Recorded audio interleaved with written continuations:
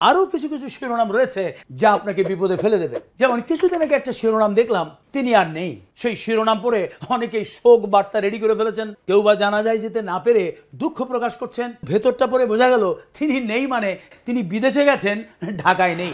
আর কিছুদিন আগে আমাকে তো মরার আগেই প্রায় মেরেই ফেলেছিল। ফলে প্রবাসে আমার আত্মীয় স্বজন কেঁদে কেটে অস্থির, আমার স্ত্রী সন্তান বিভিন্ন প্রশ্নের উত্তর দিতে দিতে ক্লান্ত। আমি ফোনে বলছি ভাই আমি মরিনি, কিন্তু সংবাদটি এমনভাবে ছড়িয়েছে যে আমি বলার পরেও আমাকে বিশ্বাস করতে পারছে না, আমাকেই প্রশ্ন করছে কিভাবে মরলেন। আসলে এই ধরনের অবসাংবাদিকতার কারণে সাংবাদিক শব্দটির ভাবমূর্তি ক্ষুণ্ণ হচ্ছে। অনেকেরই প্রশ্ন, এ থেকে মুক্তি পাবার উপায় কি? এর উত্তর আমার জানা নেই। তাই জানার জন্য মঞ্চে আমন্ত্রণ জানাচ্ছি প্রথম আলোর সম্পাদক মতিউর রহমানকে। মতি ভাই, আপনি কি একটু আসবেন? মতি ভাই, আপনি তো সব দেখলেন এবং শুনলেন, এবার একটু বলবেন এদের হাত থেকে বাঁচার উপায়টা কি? এই মুহূর্তে এখন আমি আপনার কাছ থেকে কিভাবে মুক্তি পেতে পারি সেখানে আমি চিন্তিত। এখানে তো মাহফুজ আনামত ছিল ইংরেজি পত্রিকার, কিন্তু যেহেতু এটি আপনার পত্রিকার অনুষ্ঠান তাই আপনাকেই বলতে চাইলাম আর কি। না, আরিফ সংকেত, আপনি যে প্রশ্ন করেছেন এটা একটা বিরাট সমস্যা তৈরি করছে আমাদের সংবাদপত্রের জন্য, এবং এই ব্যাপারে আমাদেরকে সচেতন থাকতে হবে এবং সাংবাদিকদের অবশ্যই এখানে অনেক দায়িত্ব আছে। তবে এখানে একটা কথা আমি বলতে চাই, সবচেয়ে বেশি দায়িত্ব বোধহয় সম্পাদকের। কিন্তু ওইসব জায়গায় তো কোনো সম্পাদক না।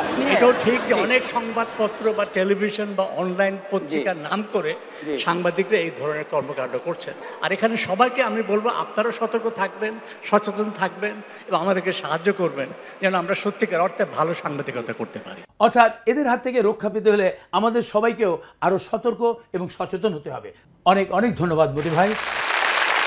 এবারে আমরা আবারও পুরস্কারে ফিরে আসি। মেরিল প্রথম আলো সমালোচক পুরস্কারে এবারে রয়েছে সীমিত দৈর্ঘ্য কাহিনী চিত্র সেরা চিত্রনাট্যকার। আর এই পুরস্কারটি দেবার জন্য মঞ্চে আমন্ত্রণ জানাচ্ছি বিশিষ্ট নাট্য ব্যক্তিত্ব এবং মঞ্চ নির্দেশক রামেন্দু মজুমদারকে। তার আগে দেখে নেই মনোনয়নগুলো কারা কারা পেয়েছেন।